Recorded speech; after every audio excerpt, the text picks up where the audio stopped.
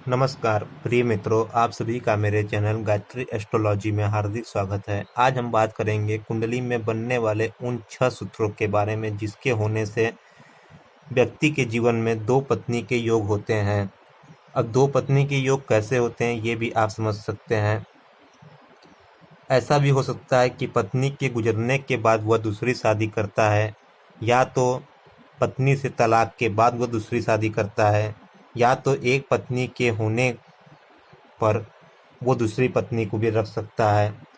अगर कुंडली में इन 6 योग में से कोई भी योग बनते हो तो इसलिए अगर आपकी कुंडली या आपके जानने वाले की कुंडली में यह योग बनता है तो आप लोग विवाह के पूर्व कुंडली का मिलान अवश्य करें, जिससे कि यह जो योग है यह कमज़ोर पड़ जाए और व्यक्ति के जीवन में ऐसी चीज़ न हो सके। तो आइए जानते हैं कि दो पत्नी का योग कुंडली में कैसे बनता है। तो जो मैं बताने जा रहा हूँ आप सभी लोग उसको नोट करते जाइए। अगर आप ज्योतिष के स्टूडेंट हैं तो यह आपके लिए महत्वपूर्ण है। चलिए जानते हैं। अगर अष्टम भाव के स्वामी आपकी कुंडली किसी भी लग्न की हो सकती है, यहाँ मैंने कोई लग्न नहीं बनाया है क्योंकि आपकी कुंडली अलग अलग लग्नों की हो सकती है, तो इसलिए आपकी कुंडली किसी भी लग्न की हो, अष्टम भाव के स्वामी कुंडली में जो भी बनते हों, अगर वह अष्टम भाव के स्वामी जाकर लग्न में बैठ जाएं या सप्तम स्थान में बैठ जाएं और सप्तम स्थान पर किसी भी शुभ ग्रह की दृष्टि न हो तो यह योग बनता है। यानी कि अष्टमेश अगर लग्न अथवा सप्तम में बैठ जाए और सप्तम भाव में किसी भी शुभ ग्रह की दृष्टि न हो तो यह योग बनता है। ऐसे जातक जीवन में 2 विवाह करते हैं। आइए अगला सूत्र जानते हैं। आपका लग्न कोई भी हो सकता है। अगर लग्न में मंगल हो, ठीक है, लग्न में मंगल बैठ जाएं और सप्तम भाव के जो स्वामी आपकी कुंडली में बनते हैं वह 6ठे, 8वें और 12वें स्थान में चले जाएं और पाप ग्रहों से युक्त हो, यानी कि लग्न में मंगल हो, सप्तम भाव के स्वामी कुंडली में जो भी बनते हो वह किसी भी पाप ग्रह यानी कि शनि, राहु, केतु के साथ, मंगल और सूर्य को भी हम लोग क्रूर ग्रह में गिनते हैं, लेकिन कुंडली में इनको पाप ग्रह की संज्ञा में दिया गया है विवाह के लिए।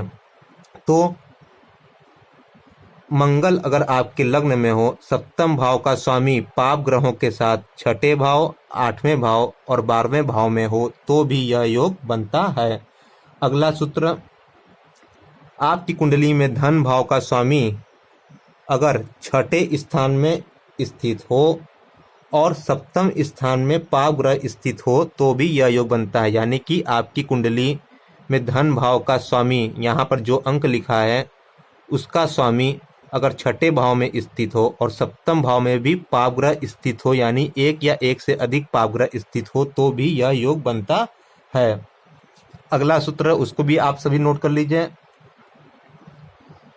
सप्तमेश मतलब 7वें भाव का स्वामी अगर पाप ग्रह से युक्त होकर कुंडली में कहीं भी अपनी नीच राशि या शत्रु राशि में हो और सप्तम भाव में भी पाप ग्रह हो तो भी यह योग बनता है। एक बार फिर से सुन लीजिए। सप्तम भाव का स्वामी किसी भी पापक ग्रह या क्रूर ग्रह, जैसे मैंने बताया मंगल, सूर्य, सप्तम भाव का स्वामी किसी भी पापक ग्रह के साथ कुंडली में कहीं भी स्थित हो अपनी नीच राशि या शत्रु राशि में और सप्तम भाव में पाप ग्रह स्थित हो तो भी यह योग बनता है। अगला सूत्र, सप्तम भाव में अगर 2 पाप ग्रह स्थित हो तो भी यह योग बनता है। अगला सूत्र, शुक्र सप्तम भाव में उच्च का या स्वग्रही होकर बैठा हो और साथ में राहु, शनि अगर बैठ जाएं तो भी जातक का 2 विवाह होता है।